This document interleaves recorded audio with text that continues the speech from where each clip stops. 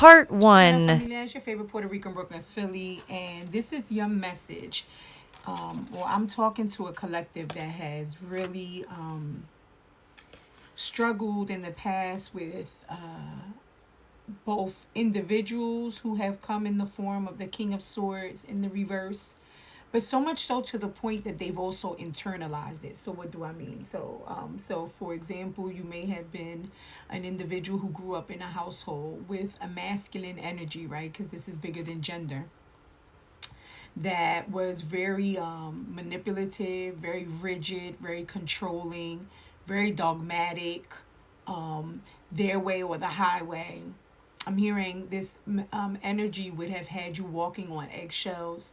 It would have been very intimidating. But what occurred that even as you grew up and maybe even separated yourself, for those who that applies to, from that energy, it became so ingrained in your own, I'm hearing like Pavlov's theory. You ring the bell, the dog salivates. ATR, automatic thought responses, right? It's like a little machine tape recorder for those remember that, right? That would just press play and begin to spit back out to you those same sayings that were said to you by said individual. And then not only that, so much to the point that not only did was it ingrained that you believed it, but then you also, right, you attract what you vibe on, right? If we have a certain frequency, we attract that frequency. So for many of you, you found yourself in environments, both in professional and personal, I'm hearing environments, that also would come across essentially, even if at first, right, they would appear, because there's something about, I'm hearing spirits say that it would initially attract you. You again, now I'm hearing what is that, is Stevenson syndrome, is when, and I'm probably saying it incorrectly, if I'll put it in the notes that I add to the text, but it's when a person almost becomes, not almost, when a person becomes attached to their kidnapper, right? Here isn't a person who actually was volatile or kidnapped them, has them confined somewhere, and then when they would be rescued years later, you would find that most of the that several of the victims would even go to court or even visit the person in jail defending them. So there's something that, and again, no shade, no tea. Listen, I've been there, I understand. I mean, I have to admit that unfortunately, yeah, that's my story to a certain extent as well, right? May he rest in peace. But the point is that it became so ingrained that it became second nature, that you became this dogmatic, rigid, authoritarian that became very controlling, and even to the point that I'm hearing even religion or yeah. So maybe for some of you, religious factors became very, you know, so even I'm telling you, it became so ingrained that I'm hearing it impacted all multiple areas of your life, your love life, your professional life, your spiritual life, right? Because then you even became attracted to religious, not spiritual, but religious systems that were also authoritarian, dogmatic, right? Very controlling of what you are to believe, how you are to speak, how you are to walk, talk, things of that nature. And again, it became so elusive. I mean, not elusive, so permanent almost, right? Or trying to be, that it was hard to distinguish, right? To see it as something erroneous or incorrect, even though, right? I'm hearing, it caused you to gaslight you, right? I mean, this is deep. And again, I want you to know that this is, that the good news is that you're not alone. The bad news is that you're not alone, that too many of us, this has been our experience, right? I mean, of course, there's a spectrum, some to more degrees than other.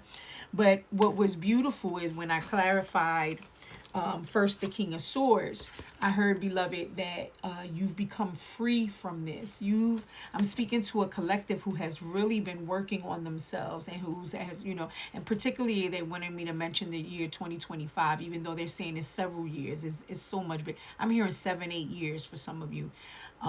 But the shedding of the snake, you have become free. The devil in the reverse clarified this king of swords in the reverse, which would mean that there's freedom, right? Upright, this is bondage, right?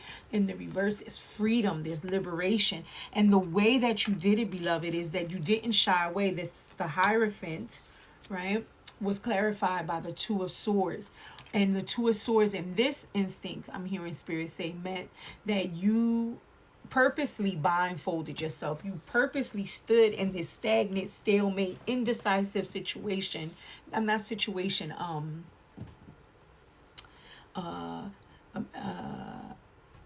hearing alchemized, right? You stood purposely still, even though it was uncomfortable, right? Even though there was, I'm hearing spouts of you would escape, but then you would come right back to this position because you wanted to alchemize, right? Even though it was uncomfortable to be here, even though it felt, stagnant, right? But it was the way to alchemize that energy, to be free from it once and for all, right? I'm hearing. And again, don't beat yourself up. I'm hearing growth is not linear, right? There's I'm seeing the heart monitors, when they're going up and down in blips, you know what I'm saying, like that we will come to situations where you will be triggered and will want to resort, and maybe even resort back to some of, but you getting better and better. And for many of you, it has been a significant change and growth, and I know that to be so because the World card was the third card. There was 9 cards that I pulled. I might do a 3-part series depending on how this goes, but the World card, right? And the World card is saying, definitely is proclaiming a cycle has ended, right? I am closing out that chapter, and hopefully for many of you, right, I'm hearing, and not hopefully, I don't know why I want to, you kept the hope alive, right? You didn't give up on yourself in spite of all of the trials, the tribulations, the uncomfortability, right? The need and the wanting and the yearning at times to just give up and say, I'm done. I can't do this anymore. How long, my Lord? I'm hearing somebody say, why me, my Lord? All of these normal, Spirit wants you to know, feelings, right? Reactions, right? And I know that to be so, that this is a successful ending to a cycle. And usually with the world, we understand that once that's one cycle closes is because it's to open another. And look what clarified the world. Alhamdulillah, I'm hearing. And this is the Ace of Cups, and then the one that is handing it is the Divine. Again, there's a beauty of you in this Two of Swords energy. I'm hearing, oh yeah, even though it looked crazy to others, but you formed such a relationship with the divine, right? Yeah, I'm hearing integration to the highest level. You had, I'm hearing, I'm hearing your prayers being, oh Spirit, I have no one else.